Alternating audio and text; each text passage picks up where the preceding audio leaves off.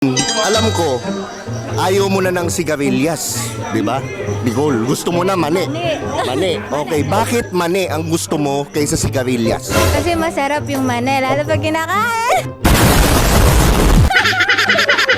Grabe, kinakain daw yung mani. Paano ka kumain ng mani? Paano? Ganun ah. Ayan! Gabi.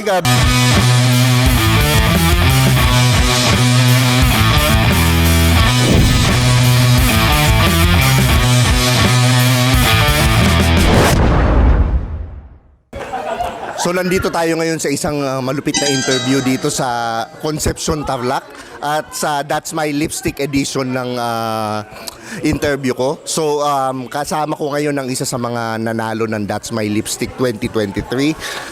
Ang pangalan niya ay si Ma'am Nicole Divosora po. Yun, ang ganda-ganda naman ni Ma'am Nicole. Talagang isa sa mga nainiwala ko bakit ka nanalo eh. Nakikita ako ngayon eh. Nicole, ilang taong ka na? 23 years old po. Ako, 23. So, ang mga Skynam, alam nyo na, di ba? Pwede na. Pwede nang interviewin. Kung sa'yo unang-una, okay lang bang contenting ka? Opo, okay lang. Okay. So, ano pang hinihintay natin? Contenting na yan. Okay, unang-unang tanong ko. Okay, alam ko, lipstick. Pero kung papipiliin ka sa dalawa, anong pipiliin mo? Tito o yung fuckboy? Tito? Excellent! Bakit Tito? Kasi ayoko ng fuckboy. Ako, madaming natutuwa niyan. Okay. Ngayon, alam ko, ayaw mo na ng sigarilyas. Gusto mo na mani. Mani. Okay, bakit mani ang gusto mo kaysa sigarilyas? Kasi masarap yung mani, lalo pag kinakain. Grabe, kinakain daw yung mani. Paano ka kumain ng mani? Paano? Ganun ah.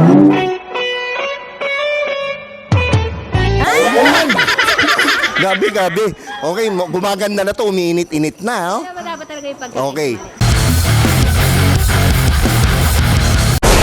So kung halimbawa lang, hindi mani ang kakainin mo yung mga iced flavor, di ba? O sabihin na natin, okay, walang mani sa equation. Ice buko o popsicle? Ice buko. Favorite ko kasi yung buko. Yun, okay. Gusto mo yung bumiyak ng buko? Ganun. Pag halimbawa, ice buko, yung kinakainin mo, paano mo siya kakainin? Pasubo o padila? Ganon! Parang ayoko na. Parang yung ano na to ha. Okay. Masarap yun. Umiinit. Ikaw ba, Nicole, may pusa ka? Meron. Okay. Yung pusa mo ba, gaano mo kadalas ipag-groom? Ay, kami nag-groom dun eh. So, every week talaga. Every week ginugroom yung pusa mo. Okay. Yung pusa mo ba, pinapahimas mo sa iba? Siyempre, kami dalawa lang ng partner kung hihimas doon. Bawal sa iba. Bola lang yan. Bawal sa iba. Okay. Pag hinihimas ng partner mo yung pusa mo, nasisiyahan ka ba? Siyempre! Gaano ka kasaya? Paano yung mukha mo pag masaya? Gantong. Yan. Okay, gusto ko itong mga tanong na to ha. Anong gusto mo? Ikaw dinudukutan o ikaw nandudukot? Ako nang dudukot. Meron kang 15,000! Paano ka mandukot? Halimbawa, yung unang dinudukot mo, taas o baba? Taas, pababa. Ganon! Malupit.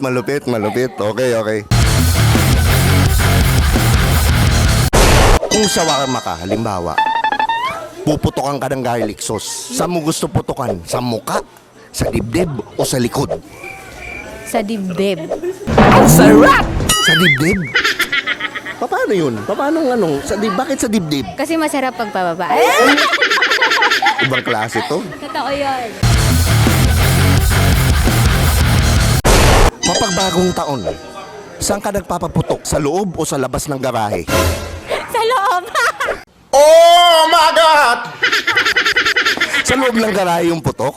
Siyempre. Okay. Pag pinaparado mo ba yung kotse dun sa loob ng garahe, pati yung gulong ba pasok? Hindi. Charot!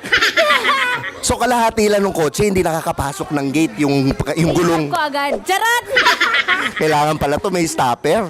Grabe to, kaya pala nananalo. Ang galing sa question and answer portion. Okay, so ako wala na ako may tatanong kay Nicole. Gusto ko lang sana ma-promote mo yung mga social media mo. Okay. So, hello po.